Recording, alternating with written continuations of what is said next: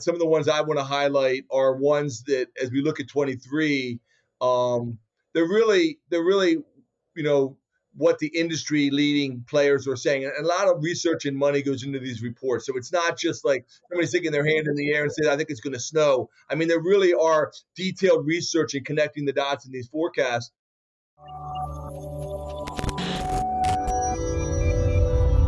Hello, everyone. Welcome back to another episode of the 401 Access Denied podcast brought to you by both Cybrary and Delinea. I'm the host for the episode, Joe Carson, Chief Security Scientist and Advisory CISO, and it is a pleasure to have you listen to today's episode. And I'm really excited because we've got another fantastic guest welcoming back again, and I'm joined by the amazing Dan Lohrmann. So Dan, welcome back to the episode and podcast again. It's so exciting. If you want to give the audience just a little bit of an introduction about who you are, what you do, and some of the exciting things you're doing in the industry. Yeah, thanks so much, Joe. It's always great to be on your show and really excited about this conversation today. Again, Dan Lohrmann. I am a field CISO with Presidio Corporation, more than 30 years in the security industry. And I've started my career at the National Security Agency. I was in England with Lockheed and Mantech in the 90s, and then 17 years in Michigan government. So in Michigan, I was an agency CIO, then I was first state CISO from all 50 states, actually, but first state CISO in Michigan, and became CTO in Michigan, and then CISO. So we moved to a physical cybersecurity merger in Michigan that we did in 2011 to 2014, and I led that effort and did a lot of great work in Michigan. Our team did a lot of great work. And then I moved to security mentor, was there for a few years. Now I'm with Presidio, and we're a world-wide cybersecurity solutions provider. We actually get involved in all aspects of technology, so digital transformation, other things. But obviously I focus on the cybersecurity practice and work with CISOs all over the U.S. and even all over the world, solving cybersecurity problems. And just love this topic of predictions every year. As you and I were just chatting about, every year I do a security predictions roundup, not my predictions, but what is the industry saying, the top reports from around the world. And we're going to put that in the notes. So encourage people to go out there and see that. And we're going to talk about, what happened in 22 and what's going to happen in 23. Absolutely. And this is what, for me, it's always the thing. Sometimes we have to look back and just see what things were trending, what was significant, what was happening, what major incidents may have occurred. And it's always a good indicator just to see kind of, how we're doing. It's almost like a measurement. And I love when you put the report together and you put that kind of basically the blog and all the details. It's fantastic. And it's really good to for me, it's that consolidated perspective and all the trends and what people are thinking alike. And sometimes there's even the ones out there that are a bit stretched, the future predictions, but it's always good to get that perspective. I think it's always good to kind of sometimes get the ones that's a bit, out there in their own, but sometimes it might be getting closer to reality.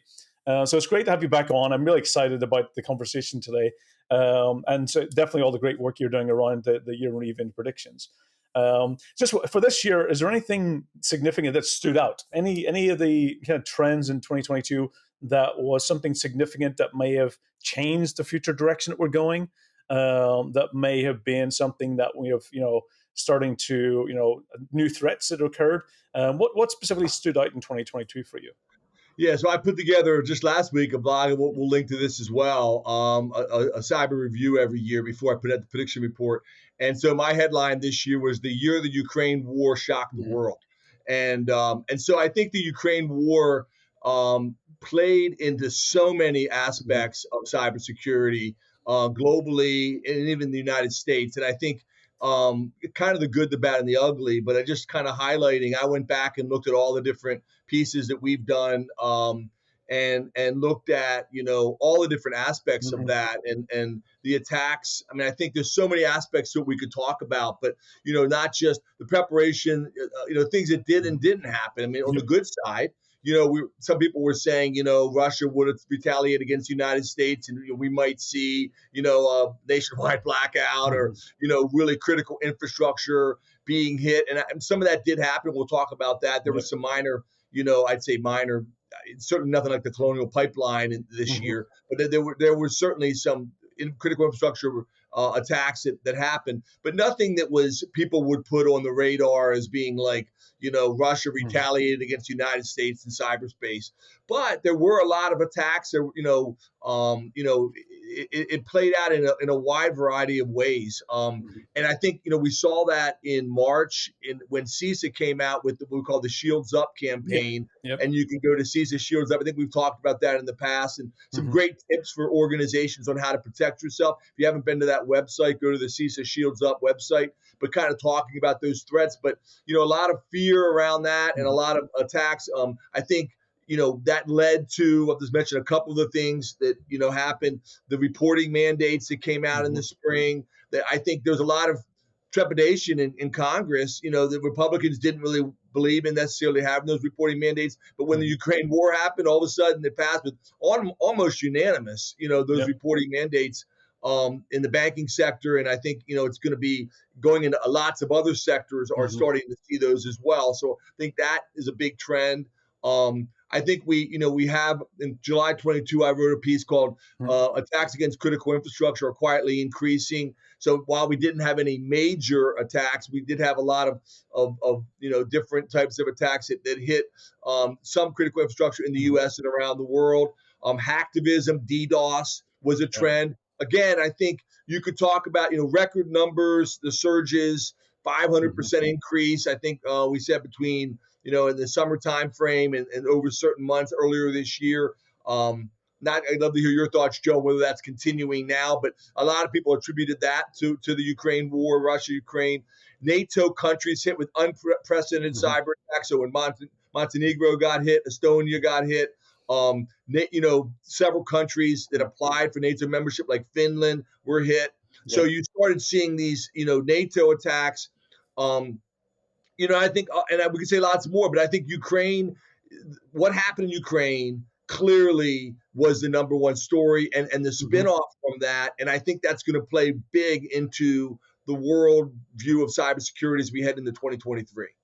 Absolutely, I completely agree. One of the predictions I had for from last year to this year was actually around the cyber war. I think I was a little bit off because I don't think in 20 I don't think we of course we had the war, but I don't think it was a cyber. I think there was cyber elements to it. Absolutely, I think I classified it much more when I look back in this year. I think it was much more of an information war that was all about basically trying to the truth and trying to. There's a lot of disinformation campaigns. There was a lot of disinformation. So it was a battle of truth. I think this year was that information was basically at war, and therefore was really trying to determine. I think one of the challenges when I look back, and I think some of the significant things is about how the social media bubbles determines what you see. And I actually got to the point where this year I started realizing that when I look at the algorithms, when you have a lot of the social media platforms and you create your personalization profile, it starts to really just show you the things that you're interested in, Yeah. and it just reinforces your beliefs. And this really means that for me, I think social media platforms are starting, and those AI algorithms that's basically within these platforms are really starting to influence our education more than traditional education. Yep. Our social media is starting to influence basically our ideology and how you learn and what you see to really kind of reinforce. So for me, I think that information wars and the disinformation campaigns and how those algorithms play to your beliefs. I think for me, that was a bit, I started to get a bit shocking about basically where the social media platforms are really determining you're basically, your mindsets, Yeah. how you see things. And rather than get, when we're in person, we might have different beliefs, but we can have debates and we have discussions around them. But social media doesn't allow for that to happen. Social media isolates you in these bubbles, and it really kind of stops you from seeing and having those debates. And for me, it was a bit of an area. And absolutely, I think one of the noticeable things I've seen this year as well was a bit of a drop in ransomware Yeah. than we've seen in previous years. I think that was a notable decline. When I think about the drop in ransomware, it's not to say actually the ransomware financial demand, costs were still quite high and increased. So what the ransomware gangs are asking for, and I think it's also a bit on the decline of cryptocurrency valuation as well, has also influenced what the ransomware gangs are asking in regards to the actual ransom itself.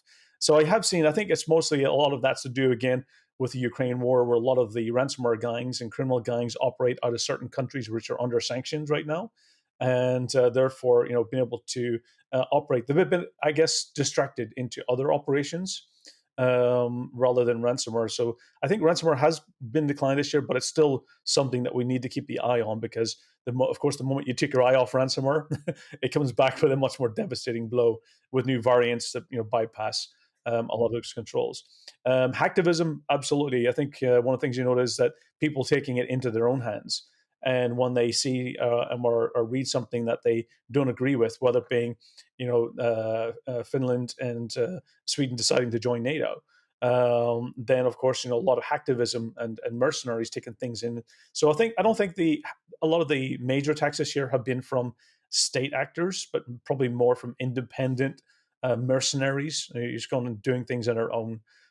So absolutely, there's a lot. Trying to remember which country had the major attack this year. I think it was it Costa Rica. The country was actually taken out Yeah. from a ransomware. I think it was I'm trying to remember which gang it was. I'm just looking up here. Was it the Revel gang? I'm trying to remember. So Costa Rica had the ransomware attack this year and actually took out a lot of the government. Yeah. Was it? Conti. Yeah, Conti ransomware group. Yeah.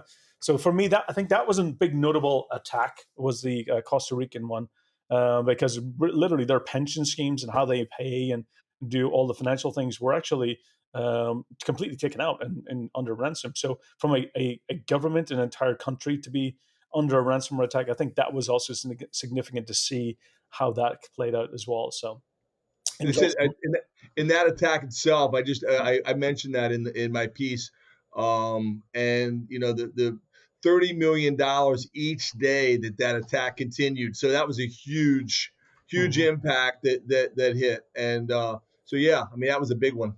Yeah, absolutely. So I think for me, those are some of the noticeable things this year. I think also cyber fatigue is also increasing. What's happened is you've seen I think organizations have really taken new steps to try and, let's say, put new controls in place, whether it being multi-factor authentication or 2FA, in order to mitigate attacks. But what I've seen happen as well is the attackers look for ways around those. And what this year I've seen is the rise of social engineering. It's been around for a long time. It's been increasing. Social engineering has been something that's always been in the toolbox for attackers. But I think this year they really started to take it on as a forefront. And we started seeing a lot of organizations who have MFA in place, but attackers using social media, or not social media, but social engineering to abuse cyber fatigue and just look for ways for people just to click yes and bypass a lot of those MFA. So I think we've realized that this year that MFA is not 100% protection, that it does actually, it does have a lot of good security controls, but you also, in addition to MFA, you really had to think about security awareness training as well, good practice and hygiene. You can't do these things alone without making sure you complement it with other types of security controls as well. Absolutely. I think, I agree with everything you said. I think I would say a couple things. I would put one or two caveats around ransomware. I do think the numbers were down overall. I do think there were some really notable big hits that still got some attention, especially around hospitals. I mean, Yeah. the number of hospitals hit, the ransom demand in Paris, $10 million ransom demand. Then they had one recently that was a couple months later where they literally had to shut down a hospital and they were moving patients to another hospital. And when those kinds of things happen, or other major whole health systems getting hit, Yeah. are huge deals. And I think that the two top ones that were listed by one Security Magazine article that I referenced, I'll just mention these two big breaches. One in Australia, Metabank, Yeah. which was 99.7 million data belonging to 9.7 million citizens, customers, past and present, including 1.8 million international customers were accessed. I mean, that's big numbers. And then the LA school district, Unified School District in Los Angeles, 500 gigabytes of information stolen. Second largest school district failed to pay an unspecified ransom on October 4th. and there's lots and lots of data, social security numbers, tax forms, legal documents, financial reports, et cetera, that was stolen. I mean, there were still a lot of big Yeah, stories out there. yeah, So while the numbers overall may be down, I mean, 21 was a huge year for ransomware. absolutely. I still think there were a lot of notable attacks that did get people's attention. Nothing that rose to the level of the Colonial Pipeline, maybe, or some of the Mm, things we saw in 21. yeah. But obviously, I think Ukraine did kind of suck the wind out of the room in many ways. But there's certainly a lot of big attacks that did Yeah. happen this year. And we're starting to learn also the costs of some of those attacks that happened in 2021 as well. We look at the Irish Health Services, which was also under the Conti attack as well. That the cost of that has been excess of 80 million euros, Yeah, which it shows you that this is for a lot of organizations and businesses and countries, it is devastating, and it does ultimately those ones comes out of taxpayers' money that ultimately have to fund those and to recover. So it is quite significant. One of the things also, I just kind of get your also thoughts around this year. I got really concerned. I think for me, probably the biggest one that I'm really concerned around is the advancements of deepfakes. yeah, It's been around for some time. We've seen kind of different elements of it. We've seen where you can replace faces and audio, but I think this year, I think it really got to the point where you could look at a deepfake video from a real video side by side, and you can't tell the difference. We humans are getting to the point where the quality of deepfakes is so good that by your eye and your ears, you cannot tell the difference. You actually need some type of technology to go and look at the bits to see if there's some type of basically algorithm being used there to modify it. We can actually start looking at the bits and bytes itself. But for me, the advancement of deepfakes is getting to the really point where you can look at a video and it just looks like the real person speaking, exactly how they would, and manipulating that. What's your thoughts around deepfakes from a trend this year? yeah. I totally agree, and that shows up in several of these Mm, reports too, and several vendors are talking about. I think when we see a presidential campaign mm, and a candidate or maybe a senatorial campaign. Obviously, this last year we didn't have a presidential campaign, but we see you know political campaigns or very public mm, figures being misrepresented. It's like, did Justin Bieber really say that, or did that senator really say that? Then quickly something can come out in the press saying this was a deep fake. That's one thing. But I think what people are starting to say, so I'm totally in agreement with you. What some people are now predicting as we head into 23 is that this is going to become more and more targeted. So mm, it's going to, that now, that, my friends or your friends or, people at, your local, Rotary Club mm, or whatever, they now fake something. And those people, don't expect the local paper or the media or the national mm, press to say this is fake. So now it's getting really personalized. It's getting more focused. It's getting mhm, more, we could see that on a widespread level of trust level. So I do think, yes, they got more mm, sophisticated in 22. I think as we get to 23, we'll see over the next year or two. One thing I also say with predictions as we go into this mm, report is it's less important whether something happens this year than is it a trend, is it a direction that we're mhm, heading. Will someone, what prediction a few years ago, people will die because of a cyber yep, attack, or whether it happened that year or whether it happens the year, January of the year after. I mean, clearly, if multiple different people are seeing this and the potential is there, it's likely to happen. So I totally agree with you. mhm, I think deepfakes, not only is it scary, it's becoming more widespread. It's becoming cheaper. It doesn't cost millions of dollars to create some super fantastic video that's fake, that somebody might use in a mm, presidential campaign or something. That's one level. But now it's getting down to where anybody can get these tools and do it. mhm. And it's getting cheaper and cheaper to do quality deepfakes. Absolutely. That's one thing. It's just becoming accessible for everybody to go and Yep. do, and simply, I think one of my predictions for 2023 is around that the advancements of deepfakes will get to the point where it's not just about stealing your account or stealing your identity to an account or your Yeah. credentials. I see that deepfakes has the potential, with somebody pointing it to your social media profile, they could simply steal you. They Yeah. could become a digital version of you, to all of your online content. And if we don't put in the things today in order to make sure that we're context aware, that we know the original source, we know that there's enough solutions out there that can actually flag deepfakes quickly. that it has a potential of major things like, as once it gets in the media. And then it gets to the point where you could say any video that was created in the past is a deepfake. And so it Yeah. becomes also deniability as well. That it means that you have a good reason for actually denying any type of video, even if it may be real, something real that you did, that there's a deniability as well. So it gives people that, say things that can have an easy way out. So for me, I think this is a big area of concern. I think it's a big area that we really need definitely a lot of emphasis and focus around. How do we do it with, is there does it need regulation? Does it need some type of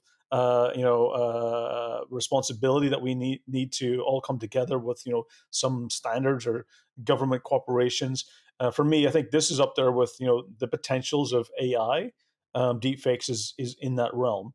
And that kind of brings me one of the interesting ones, of course, in recent times has been ChatGPT, which has also been an interesting one. I've seen some interesting peers of mine playing around in interesting ways, and it can also become, get to the point where it can actually, help you identify how to hack in the best ways as well. So it's been interesting seeing some of the interesting conversations. So for me, of course, it is using things like natural language learning abilities and machine learning, and using all those algorithms. But that's another area where you're getting to the point where that, are you talking to a real person, or are you talking to a bot? is You're right. Going to be the question. No, you're right, and I think if we want to dive into some of the predictions, I just want to say, as I mentioned earlier in the broadcast, that these are not some of the ones I want to highlight are ones that, as we look at 23, they're really what the industry leading players are saying, and a lot of research and money goes into these reports. So it's not just like somebody sticking their hand in the air and saying, "I think it's going to snow." I mean, there really are detailed research and connecting the dots in these forecasts. I'll just mention right off the top 3 reports that I had this year. And I have a methodology for this. We can talk about that if you want to go there, Joe. But Trend Micro, again, top-notch report, detailed report with, and one of the things they do, literally, it's over 100 references. So you can dig into the detail. How did they come to this conclusion? Why did they say this is going to happen? And then, go read 3, 4, 5 reports backing up. And then, they really do have, statistics to back a lot of this up. So I'll just list a couple of things that they're talking about. But then we Trend Micro, WatchGuard is number 2, great report, and Kaspersky, which I know is Russian. They do, but I'll tell you, they do a great job around the world. They have a great research arm, and I have to tell you, they have a lot of really good material that was well researched. And I always hesitate. People look at me, and I always get a little feedback from, why is Kaspersky in the top 5? But, it's good. It's good material. It's a good read, whether you agree with everything or not, or they come from a different point of view. I like to get different points of view on different things. So, but back to Trend Micro, just a few of the items. Shape-shifting ransomware business models will become a bigger avenue for data theft and blackmail. And some of these, I'm just going to run off these predictions. There's pages of details on what do they mean by that, and how does that work? And I encourage people to go to the reports and read it. Inconsistent applications of cloud technology. We heard enterprises' adoption of new tools increase. So again, cloud hacks, a lot of messages, a lot of themes around cloud, people moving data to the cloud. We all keep hearing this, but cloud, it's people process technology, and cloud misconfigured cloud services, people putting things in the cloud. Well, it's with Google, it's with Microsoft, it's with Amazon, it must be safe. Well, maybe, then they do have great services, and I'm not knocking them, but it does come down to how you configure things and what you do as a company to protect that data. The enterprise perimeter will expand into the home. We heard that a lot, during, quite frankly, during COVID. So that's not a whole lot new. Some of these have been trends we've seen for a couple of years. You mentioned social engineering, totally a big thing. Social engineering is an evergreen threat. BEC, which is business email compromise, and deepfakes will take new forms. Exactly what you're saying. That was one of theirs. Number 5, give you 4 more here real quick from Trend. You can give me some feedback. We go through a couple more of these. But the hype surrounding digital novelties like NFTs and Metaverse will keep waning. But the blockchain technology on which they are built is going to be where the real action is. So that's a really interesting one to read about. What do they mean by that? Even if NFTs and Metaverse don't become big this year or in 23, what about blockchain and how is that going to be attacked? Attackers will further capitalize on vulnerabilities and intrude through overlooked attack surfaces like open source software. So Mhm. again, that whole life cycle support, Supply open chain. source software, big one. Two Mhm. more, industrial entities will top off their tech stack but struggle to keep up with staff shortages and vertical regulations. So again, the whole talent issue, Mhm. how that plays into the recession. If we have a worldwide recession, what does that look like with pay and tech and talent? A lot of talk about that. And then last one here, enterprises will veer away from point solution approaches and go to more platforms, Mhm. less vertical. I need the best product, but it's getting too complex, and I'm hearing that a Yep. lot. CISOs, if they have 40 tools, they want to get to 20. If they have 80 tools, they want to get to 40. People want to right size their tool set. So those are just Yep. the top 8 with Trend Micro, and I'd love to hear your thoughts on those, Joe. Oh, absolutely. I think for me, it's very enlightening because they're all, absolutely. I completely agree with all of them. Every single one of them is spot on. We might have different terminologies. I think, for me, absolutely, the remote working side, the perimeter of organizations is extending into the home. That's one of the things I've said. One of my kind of mentions is that people's homes are becoming an extension of the office, and actually referring to it, we've now went from bring your own device to bring your own office. Yep. Employees' offices or home offices is almost like a mini cloud of the organization's extension. So for me, absolutely, I think that's going to be where people's homes are going to be basically mini micro offices and micro clouds, an extension of the workplace. And it means that how we manage, the old traditional way is going to have to evolve because we can't expect organizations to manage your home network. It's not going to happen. They're not going to be able to secure it. So there has to be different ways of where that security starts and stops. Absolutely, the workforce. I think that's a real big one. To the point where the talent. How do we get new talent? Because I think we've been actually losing a lot of talent. I've Yeah. seen even when I've worked in a lot of instances over the years, I've seen people leave not even just leaving the company from burnout and mental health, but actually leaving the industry and choosing other career paths. And Yeah. we really need to start thinking about how we can attract more people to get in the industry. How can we make it fun again? I think one of the things I'd like to see is how we can bring the joy back into the security industry, because I think it's been too much fear and FUD for the past couple of years, and we need to show how we can entertain. And for me, I think I've seen hacking gamification being a big adoption there to get new talent, as well as also making some of it enjoyable and fun. There's I think, one with one. I'll just jump in yeah, on that. One of the things that I think it was Deloitte, but it may have been another company that did an interesting prediction around talent, and mm, they basically said, and like I said, I may not be Deloitte, but it was a really interesting prediction. I saw mm, that companies will go away from certifications and skill sets and go more towards just hiring talent. Period.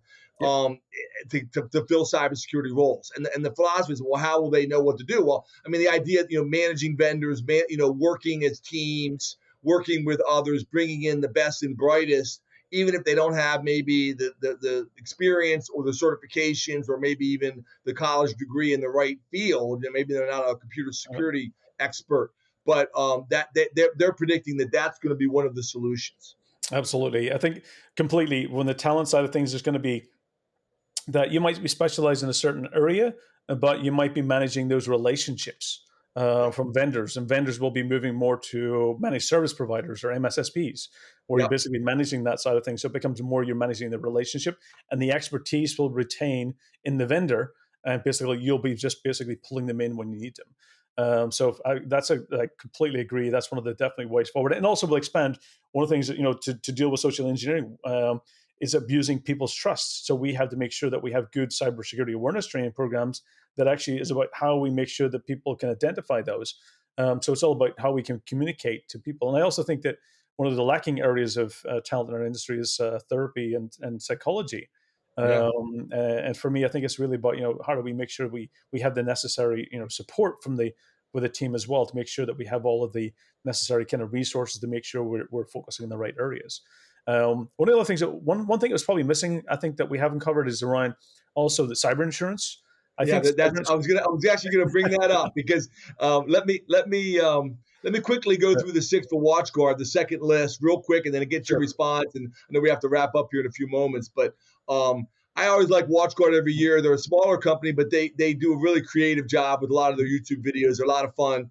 But they've got their top six. Let me just read those, and they lead off with insurance. There's a lot of them that actually talk about cyber insurance. A lot of prediction reports talk about this. This one's saying insurers verticalize their already increased security requirements. I've seen a number of other ones that talk about. One says an insurer will buy a MDR company, or they will start taking over doing managed services themselves, and insurers will merge with managed solutions because they want to get that inside insight of what you're doing. And then, that's an interesting, we'll see if that happens or not. But several people predicted that. Cybersecurity evaluation and validation becomes a top factor in selecting vendors and partners.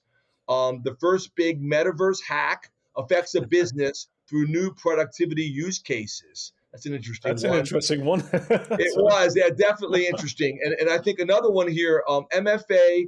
There's a lot about MFA. You mentioned MFA earlier. A lot about MFA, and since so many people are moving to MFA, multi-factor authentication, that a lot of the bad guys are going after ways to get around that. So MFA adoption fuels surge in social engineering, which again you mentioned that earlier. A novel robo-taxi hack will result in a dazed and confused AI car. There's a fun one for you.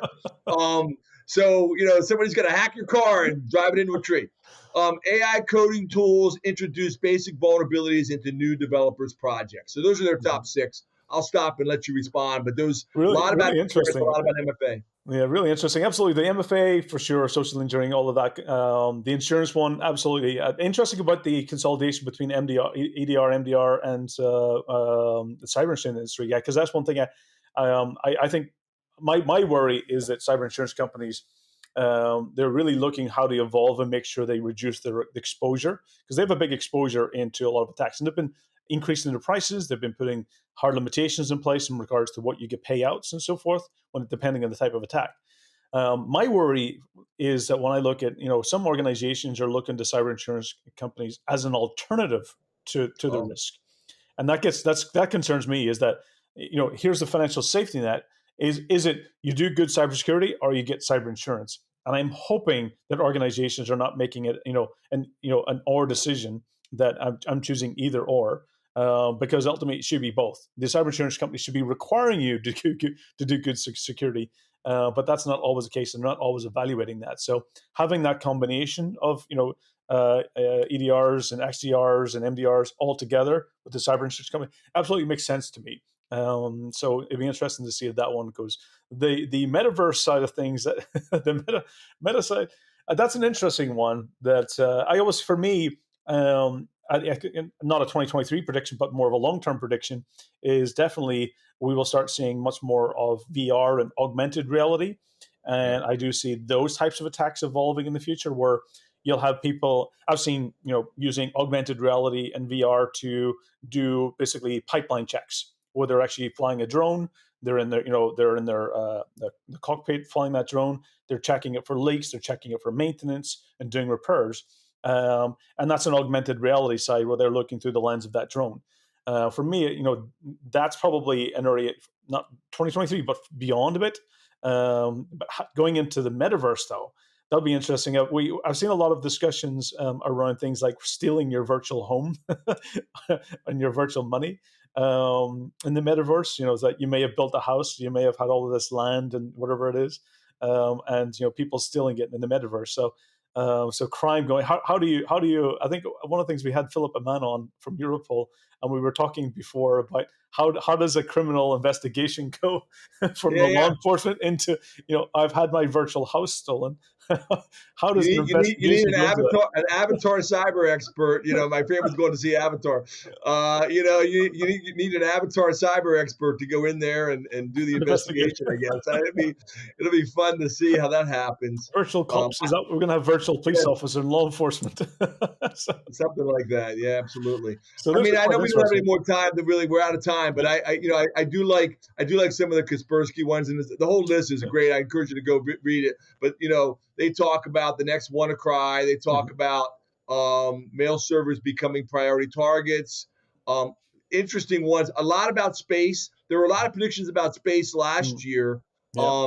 Space getting hit. There's actually some headlines recently about the U.S. space program maybe getting hacked, and so how much of that is real or not? I mean, I think there's different arguments out there right now, but there's talk about that. There's a lot Mm. about hacking drones, Yep. hacking satellites. And then this is what is SIGINT delivered malware.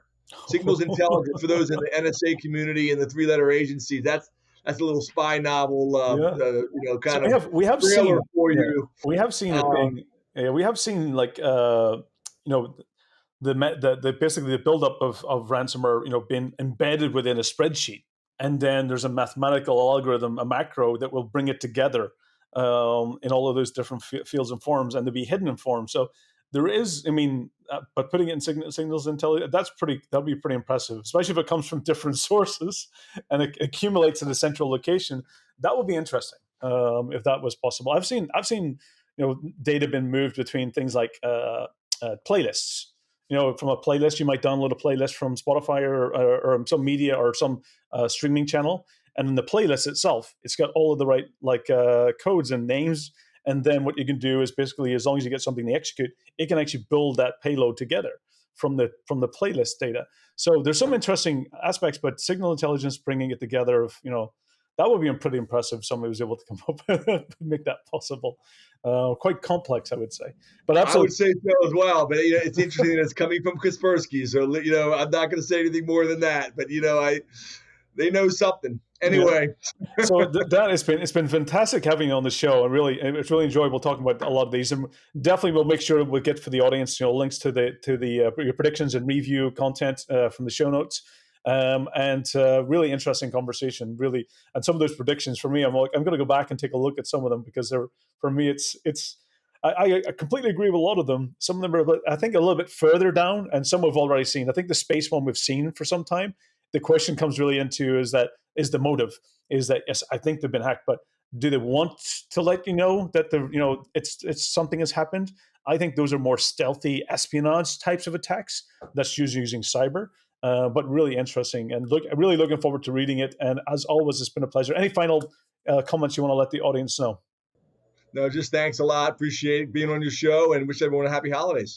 Absolutely. And for everyone, stay safe, enjoy the episodes. It's been great having Dan on, and tune in to the 401 Access Denied podcast every 2 weeks, bringing you thought leadership, new ideas, and really trying to educate you, entertain you, and keep making the world a safer place. So thank you. Stay safe and take care.